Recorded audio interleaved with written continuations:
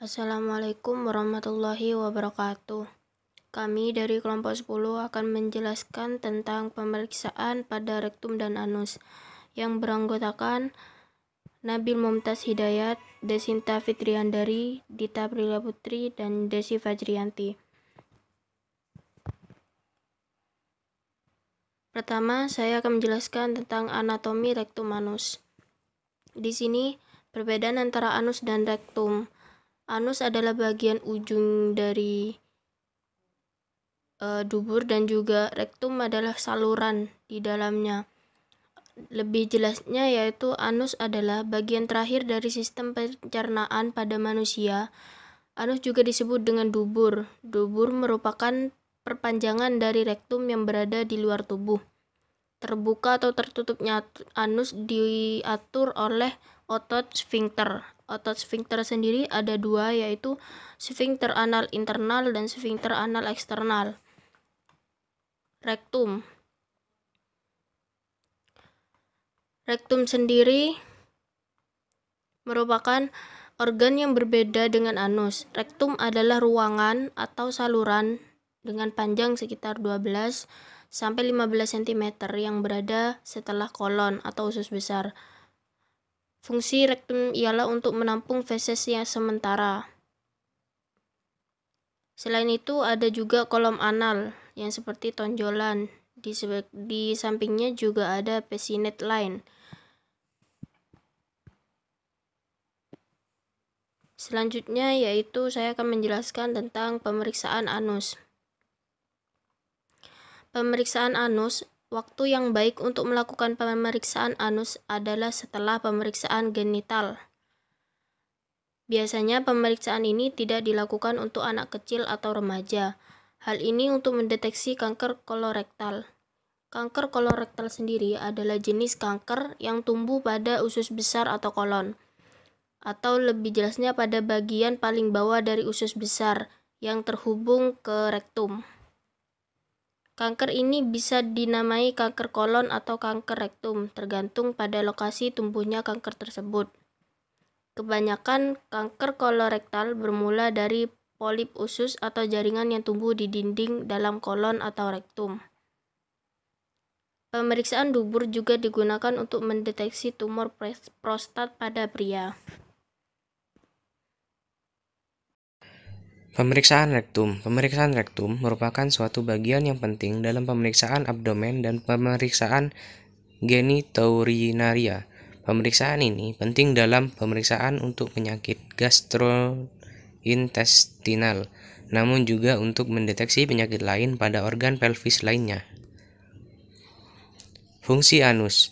Adapun fungsi anus bagi berikut. 1. Untuk melakukan proses defekasi. 2. Mengatur keluarnya feses. 3. Menahan BAB di saat tertentu. Fungsi rektum, yaitu rektum bertindak sebagai tempat penyimpanan sementara untuk feses. Untuk pemeriksaan rektum sendiri itu menggunakan inspeksi. Teknik inspeksi itu dengan menggunakan tangan yang tidak dominan. Tarik kembali pantat dengan lembut untuk melihat area perianal dan sakrokosigil. Kulit perianal halus lebih berpigmen dan lebih kasar daripada kulit di atas pantat. Jaringan anal lembab dan tidak berambut, dan sfinkter otot eksternal sukarela menahan anus. Selanjutnya, minta pasien untuk menahan seolah-olah mengalami buang air besar. Setiap pasir internal atau celah muncul pada saat ini. Gunakan referensi jam pukul 3 atau 8. Untuk menggambarkan lokasi temuan, biasanya tidak ada tonjolan jaringan. Untuk pemeriksaan inspeksi pada rektum dan anus terdiri dari 1. Kulit perianal, 2. Jaringan pada anal, 3. Sfinkter otot eksternal. Palpasi digital. Pemeriksaan saluran anus dan sfinkter dengan palpasi digital, dan pada pasien pria meraba kelenjar prostat untuk menyingkirkan pembesaran. Biasanya praktisi tingkat lanjut melakukan bagian pemeriksaan ini. Pemeriksaan palpasi digital pada rektum, saluran anus, sfinkter. Prosedur pemeriksaan rektum. Pertama, perkenalkan diri Anda, tanyakan nama, usia, dan pekerjaan pasien. dapatkan persetujuan tindakan sebelum memulai prosedur. Mintalah ditemani jika perlu. Jaga tirai tetap tertutup selama pemeriksaan untuk menjaga privasi. Mintalah pasien untuk membuka semua pakaian bawah termasuk celana dalam. Persilahkan pasien berbaring ke sisi kiri dengan bokong pada tepi ranjang dan lutut ditekuk ke dada. Cucilah tangan Anda dan kenakan sarung tangan. Naikkan bagian teratas bokong dan lakukan inspeksi anus juga kulit di sekelilingnya. Amati adanya jaringan parut, ekskoriasi, tonjolan kulit, ulkus, fisura, polip, atau hemoroidal eksterna.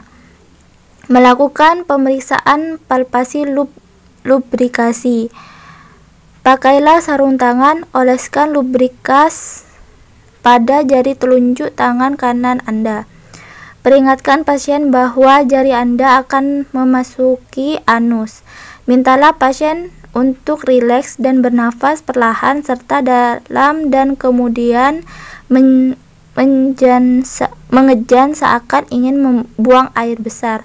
Hal ini akan merelaksasikan sphincter ani externus dan akan mengurangi ketidaknyamanan.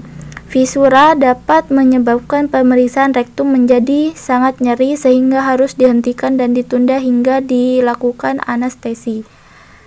Saat pasien mengejan, perlahan masukkan jari Anda ke dalam anus hingga ke dalam rektum.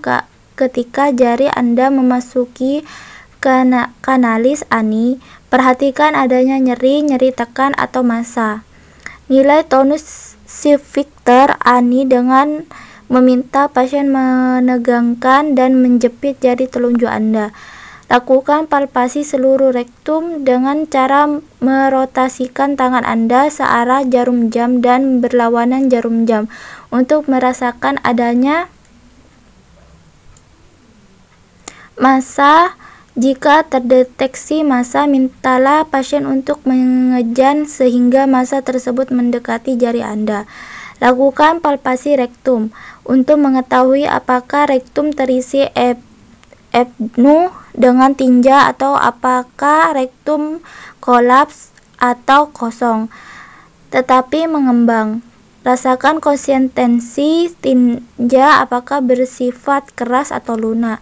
Pemeriksaan prostat pada laki-laki. Lakukan palpasi kelenjar prostat untuk mengetahui adanya nyeri tekan, ukurannya, bentuk permukaan, konsistensi, dan adanya sulcus centralis. Observasi pada palpasi kelenjar prostat. Ukuran normal atau membesar, bentuk reguler atau bilobus atau irregular. Permukaan licin atau tidak rata, konsistensi padat atau kenyal atau keras, sulcus centralis pada ada atau tidak ada. Mukosa rektum mudahnya bergerak atau terfiksasi, penyebab dislokasi panggul, kelemahan otot abduktor, pemedakan leher, femur, nyeri punggung, panggul pada perempuan, identifikasi serviks uteri, dan perhatikan ukuran dan bentuknya. Rasakan adanya massa ovarium. Keluarkan jari telunjuk Anda dan periksa tinja yang ditemukan pada sarung tangan. Perhatikan warnanya serta adanya darah atau lendir. Hapus sisa lubrikans pada anus dan buang feses pada celah anus menggunakan kasa atau kapas. Lepaskan dan buang sarung tangan bersama dengan sampah lainnya secara aman. Mintalah untuk melakukan protoskopi atau sigmoidoskopi tergantung temuan Anda. Ucapan terima kasih kepada pasien, jawab semua kekhawatiran pasien, kembalikan pakaian pasien.